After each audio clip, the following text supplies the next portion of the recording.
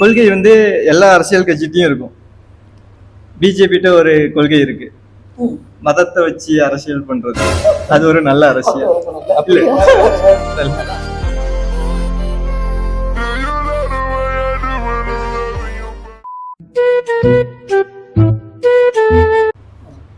அதே மாதிரி ஏடிஎம்கே கிட்டயும் ஒரு கருத்தியல் இருக்கு.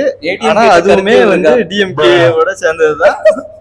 இப்ப ஏடிஎம்கே வந்து டிஎம்கேவோட கருத்தியல் தான். ஆனா ஒரு சின்ன டிஃபரன்ஸ் என்னன்னா, அவங்க வந்து ஊழல் பண்றாங்க, அதனால நாங்க வந்து தனியா பிரிஞ்சு வந்துட்டோம், தனியா பண்ணிக்கிறோம் அப்படின்னு ஏடிஎம்கே பிரிச்சு கொண்டு வந்து அந்த மாதிரி இல்ல.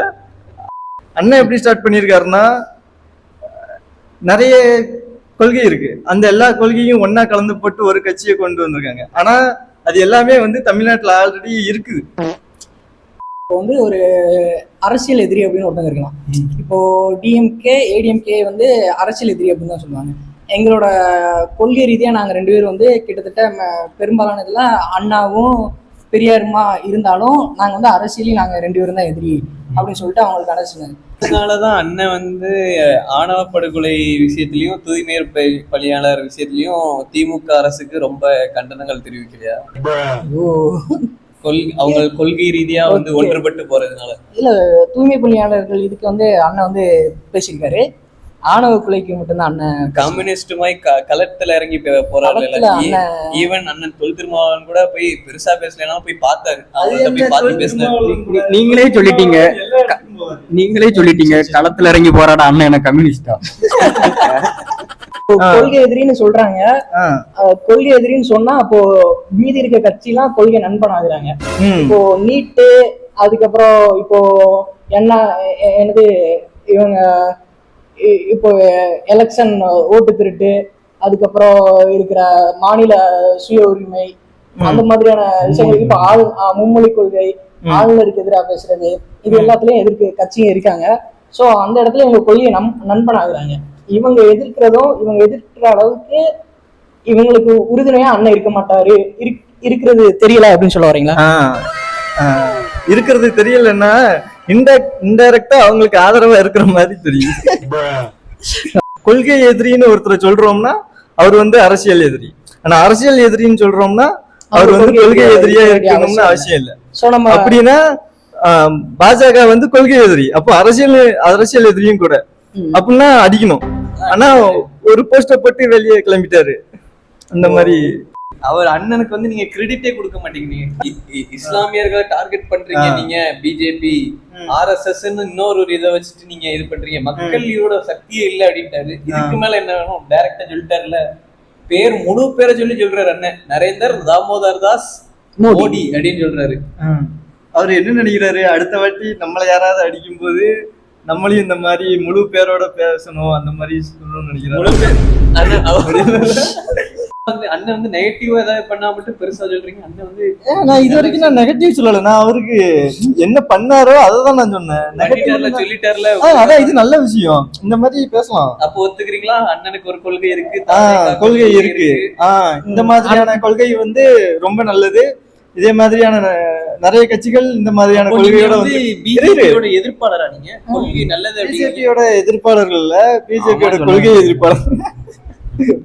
கொள்கையால பிஜேபி எதிர்ப்பு. இப்போ வந்து இந்த மாதிரியான கொள்கை வந்து டிவிகே வந்து சொல்றது நல்ல விஷயம். இந்த மாதிரியான நிறைய கட்சிகள் வந்து இந்த மாதிரி சொல்றாங்க, அதுவும் நல்ல விஷயம்.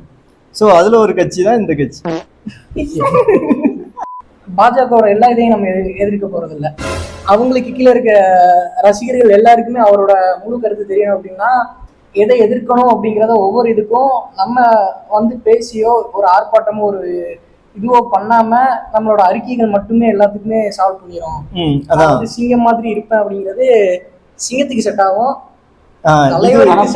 இது ஒரு அரசியல் நடவடிக்கை, இது ஒரு அரசியல். அம்பேத்கர் வந்து கற்பி ஒன்று சேர் புரட்சி செய்யலாம் சொல்றாரு. சோ நம்ம வந்து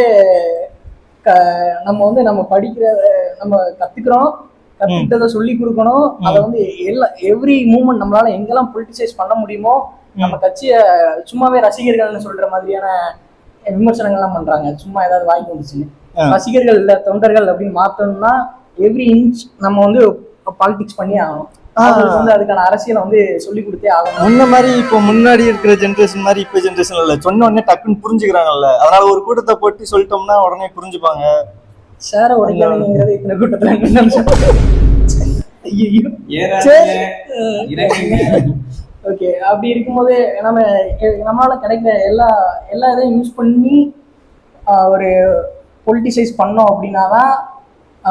இப்போ நிறைய கட்சிகள் பண்றாங்க, மக்களை வந்து அரசியல் படுத்துறதுதான் என்னோட நோக்கம் அப்படின்னு சொல்லிட்டு அரசியல் பண்ணிட்டு இருக்காங்க. அரசியல் படுத்துறது தான் நம்மளோட நோக்கமா இருக்கணுமே தவிர அரசியல் வெற்றி மட்டும் நோக்கமா இருந்துச்சுன்னா அது மக்களுக்கு பயன்படுமா அப்படிங்கிறதுல ஒரு கொள்கை இல்லாத தலைவர்கள் ரசிகர்கள் தான் உருவாக்க முடியாது. ஸோ அந்த மாதிரி நம்ம அந்த மாதிரி கிடையாது. ஆக்சுவலா நிறைய கொள்கை உள்ள ஒருத்தர் தான், நிறைய கொள்கை இருக்கு அவர்கிட்ட. ஆனா நம்ம வந்து கொள்கைப்படி நடக்க வைக்கிறது வந்து நமக்கு ரொம்ப முக்கியம். கொள்கை இருக்கிறது, கொள்கையோட தலைவன் ரொம்ப முக்கியம். அந்த கொள்கையை கொண்டு போய் சேர்க்கறதுல நம்மளோட கொள்கையை கொண்டு போய் சேர்க்கிற தலைவனா அண்ணன் வந்து இருப்பாருன்னு நம்புறோம். இனி ஆக்சுவலா அண்ணன் வந்து எல்லா இடத்துக்கும் போகிறதுக்கு விருப்பம் தான். எந்த பிரச்சனையானாலும் இப்போ தூய்மை பணியாளர்கள் கூட்டம் வந்துடும். நீ சும்மா ஒண்ணும் நினைப்பேன். இப்ப மாதிரி எவ்வளவு பவுன்சர்ஸ், நான் 4 பவுன்சர் தான் வருவாங்கன்னு நினைச்சேன். பார்த்தா ரசிகர்களை விட பவுன்சர்ஸ் அதிகமா இருக்கிறாங்க ராம்ப்ல. இதுல வந்து அண்ணன் கூறியதுல வந்து ஒரு பிழை இருக்கு. பாசக அரசு வந்து ஓரவஞ்சனை, ஒரு தமிழ்நாட்டுல வந்து ஒரு MP சீட்டு கூட கொடுக்கல, அதனால ஓரவஞ்சனை செய்யுது அப்படின்றாரு. ஆனா இது வந்து ஒரு தவறான கருத்து.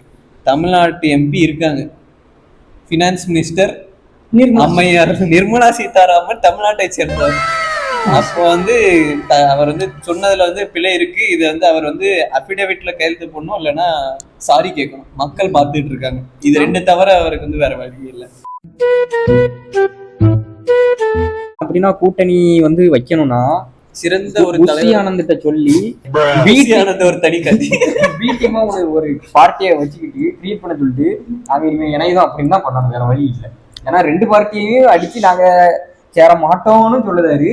ஆனா சஸ்பென்ஸா இருக்கட்டும்னு சொல்லுதாரு. இப்போதான் நான் ஒண்ணு டீகோட் பண்ணேன்.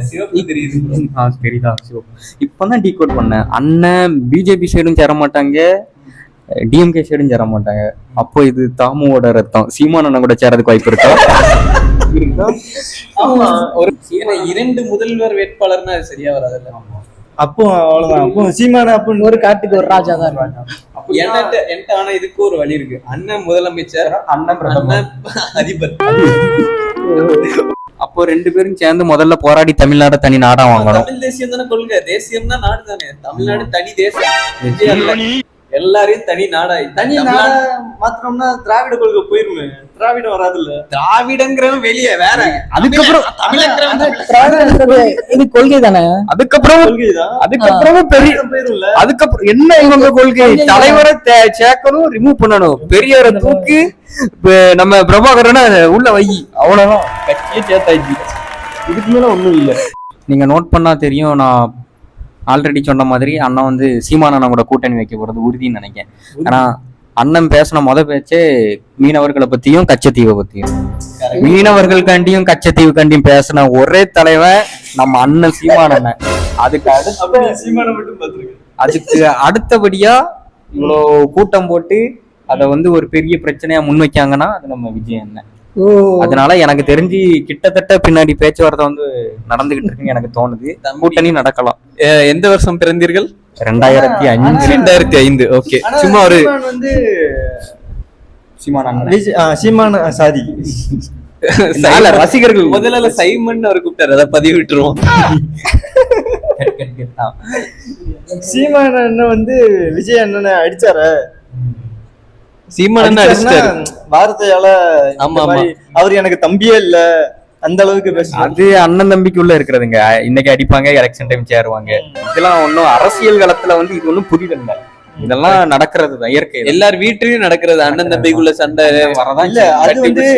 அது வந்து பழைய தலைவர்கள் புரிஞ்சுப்பாங்க. இப்போ இவர் வந்து நியூ ஜென் தலைவர், இந்த ஜென்சி தலைவர் மாதிரி. இவருக்கு அந்த மாதிரிலாம் அப்படி புரிஞ்சுப்பாரா? சீமான் மட்டும் யாரு? சீமான் பழைய தலைவர் தான். சீமானுடைய தொண்டர்கள் யாரு?